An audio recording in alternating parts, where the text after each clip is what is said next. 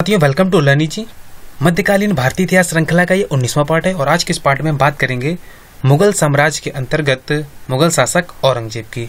औरंगजेब जिनका शासनकाल 1658 ईस्वी से 1707 ईस्वी तक रहा, इनकी विस्तृत चर्चा हम आज के इस वीडियो में करेंगे। आगे बढ़ने से पहले वीडियो को जरूर लाइक कीजिए, वीडियो को ज़्यादा से ज़्यादा शेयर कीजिए तथा हमारे किसी भी सब्जेक्ट की PDF प्राप्त करने के लिए आप इन व्हाट्सएप नंबर पर संपर्क कर सकते हैं या फिर अपना email ID हमें कमेंट बॉक्स में कमेंट कर सकते हैं। तो आइए शुरू करते हैं। औरंगजेब जिसका शासनकाल 1658 से 1707 ईस्वी तक रहा। औरंगजेब का जन्म 3 नवंबर 1618 ईस्वी को उज्जैन के दोहद नामक स्थान पर हुआ। औरंगजेब का जो जन्म हुआ वो उज्जैन में हुआ और उज्जैन में ही दोहद नामक स्थान पर 3 नवंबर 1618 ईस्वी को हुआ। औरंगजेब की माता का नाम मुमताज था। जो मुमताज महल थी वो औरंगजेब की माता थी। औरंगजेब का बचपन नूरजहां के पास बीता। शाहजहां के शासनकाल में नूरजहां को वार्षिक पेंशन दे करके लाहौर भेज दिया गया था। तो जो औरंगजेब था इसका बचपन जो है नूरजहां के पास ही बीता। औरंगजेब ने सर्वप्रथम जुलाई 1658 ईस्वी को अपना राज्याभिषेक कराया। जिस समय शाहजहां बीमार हुआ और उसके जो 4 पुत्र थे उनमें उत्तराधिकार का युद्ध प्रारंभ हुआ, उस समय सबसे पहले औरंगजेब ने अपना राज्याभिषेक 1658 ईस्वी में कराया। बाद में उत्तराधिकार के लगभग 4 युद्ध लड़े गए, जिसमें सबसे आखिरी युद्ध में दारा शिकोह को परास्त करके जून 1659 ईस्वी को इसने पुनः अपना राज्याभिषेक दिल्ली में कराया। तो इस तरीके से 2 बार अपना राज्याभिषेक कराने वाला जो मुगल शासक था वो औरंगजेब था। इसने 2 बार अपना राज्याभिषेक कराया। औरंगजेब ने अपना प्रथम युद्ध ओरछा के राजा जुझार सिंह के विरुद्ध लड़ा। जो ओरछा के जुझार सिंह थे इनके विरुद्ध इसने अपना पहला युद्ध लड़ा। औरंगजेब शाहजहां के शासनकाल में 1636 से 1644 ईस्वी और 1652 से 1657 इट मीन्स राज्याभिषेक होने से पहले तक ये दक्षिण का सूबेदार रहा। इसने अपना जो समय था वो दक्षिण में ही व्यतीत किया और वो दक्षिण का सूबेदार रहा। जो मुगल शासकों द्वारा जीते गए प्रदेश थे उनका सूबेदार दक्षिण में औरंगजेब ही रहा, जिनका शासनकाल 1636 से 1644 और 1652 से 1657 ईस्वी तक रहा। अपने साम्राज्य विस्तार के अंतर्गत औरंगजेब ने मीर जुमला को पहले बंगाल का सूबेदार बनाया। बाद में मीर जुमला को ही असम जीतने की जिम्मेदारी सौंपी गई। तो असम जीतने के क्रम में जो मीर जुमला था इसने प्रारंभिक सफलता तो प्राप्त की, लेकिन बाद में ये पूर्ण रूप से असम को जीत नहीं पाया। तो यहाँ पर असम जीतने का जो अभियान था वो मीर जुमला के उसमें चलाया गया, जिसमें वो अपराजित रहा।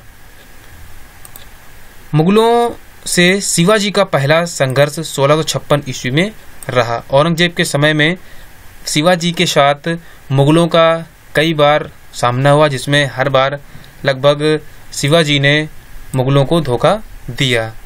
और पहला जो संघर्ष हुआ उसके पीछे का जो रीजन था वो ये था कि शिवाजी ने अहमदनगर एवं जुन्नार के किले पर आक्रमण किया था। इसी क्रम में मुगलों का शिवाजी से पहला संघर्ष 1656 ईस्वी में हुआ। बाद में 1659 ईस्वी में शिवाजी ने बीजापुर के सरदार अफजल खां को हराया और मुगल सूबेदार शाइस्ता खां को भी पराजित किया। तो जो शिवाजी थे वो मुगलों के हाथ में नहीं आए। पुरंदर की संधि 1665 ईस्वी को शिवाजी एवं जयसिंह के मध्य हुई। मुगलों की तरफ से जो जयसिंह थे उनके और शिवाजी के मध्य पुरंदर की संधि हुई 1665 ईस्वी में। इसके बाद औरंगजेब ने शिवाजी को कैद करके जयपुर भवन में रखा कुछ समय के लिए, लेकिन जो शिवाजी थे वो वहां से फरार हो गए। औरंगजेब ने 1668 ईस्वी में हिंदू त्योहारों और उत्सवों को मनाए जाने पर रोक लगा दी। औरंगजेब जिसका शासन का जो आधार था वो कुरान था और ये कट्टर मुस्लिम शासक माना जाता है और इसी वजह से इसने हिंदुओं पर काफ़ी अत्याचार किए और हिंदुओं के त्योहारों और उत्सवों को मनाए जाने पर इसने अपने शासनकाल में रोक लगा दी। औरंगजेब के विरुद्ध मथुरा का जाट विद्रोह जाट नेता गोकुल के नेतृत्व में 1669 ईस्वी में हुआ। 1669 ईस्वी में मथुरा का जाट विद्रोह हुआ और जिसमें जाट के जो नेता थे वो थे गोकुल। इनके नेतृत्व में 1669 ईस्वी में ये विद्रोह हुआ। सिकंदरा स्थित अकबर के मकबरे को राजा राम के द्वारा लूटा गया। एक हिंदू शासक राजा राम था, इसके द्वारा अकबर का जो मकबरा जो सिकंदर में बना हुआ है इसमें लूटपाट की गई। किसके द्वारा? राजा राम के द्वारा। सिखों के गुरु तेग बहादुर की हत्या औरंगजेब ने कराई। इसके पहले जहांगीर ने खुसरो का साथ देने के कारण एक सिख गुरु की हत्या कराई थी और ये दूसरे गुरु थे गुरु तेग बहादुर, जिनकी हत्या औरंगजेब ने कराई। औरंगजेब को जिंदा पीर की उपाधि दी गई है। अपने इन्हीं कृत्यों के कारण उसको जिंदा पीर कहा जाता है। औरंगजेब के समय में हिंदू मनसबों की संख्या या हिंदू मनसबदारों की संख्या लगभग 33% थी। इट मीन्स जितने भी मनसबदार थे उनमें जो 33% थे वो हिंदू थे। औरंगजेब ने अपने शासन का आधार कुरान को बताया, जैसा कि अभी इसके पहले बताया गया था कि इसने अपना जो शासन था वो कुरान को आधार मान करके चलाया। इसके अलावा इसने कई हिंदू मंदिरों को तोड़वा करके उनके स्थान पर मस्जिदों को बनवाया। औरंगजेब ने नौरोज त्योहार मनाना, भांग की खेती करना, नाच गाना, झरोखा दर्शन, ये सभी जो है उसने बंद करवा दिए। इन सभी चीज़ों पर उसने प्रतिबंध लगा दिया। इसके अलावा औरंगजेब ने जजिया कर 1679 ईस्वी में पुनः लागू कर दिया। 1564 ईस्वी में जो जजिया कर अकबर के द्वारा हटाया गया था वो 1679 ईस्वी में पुनः औरंगजेब के द्वारा लागू किया गया।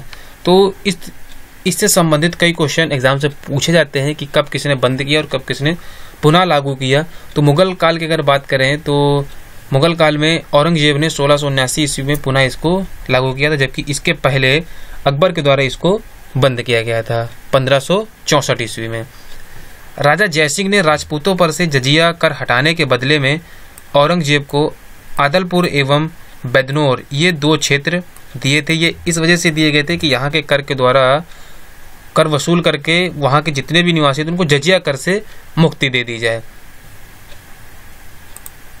बनारस के विश्वनाथ मंदिर और मथुरा के केशव राय मंदिर औरंगजेब ने 1669 ईस्वी में तोड़वाया। जैसा कि ये भी बताया कि इसने कई हिंदू मंदिरों को तोड़वा करके उनकी जगह पर मस्जिदों का निर्माण कराया। तो इनमें से जो प्रमुख मंदिर थे वो थे बनारस का विश्वनाथ मंदिर और मथुरा का केशव राय मंदिर। इन सभी को औरंगजेब ने तोड़वाया था 1669 ईस्वी में।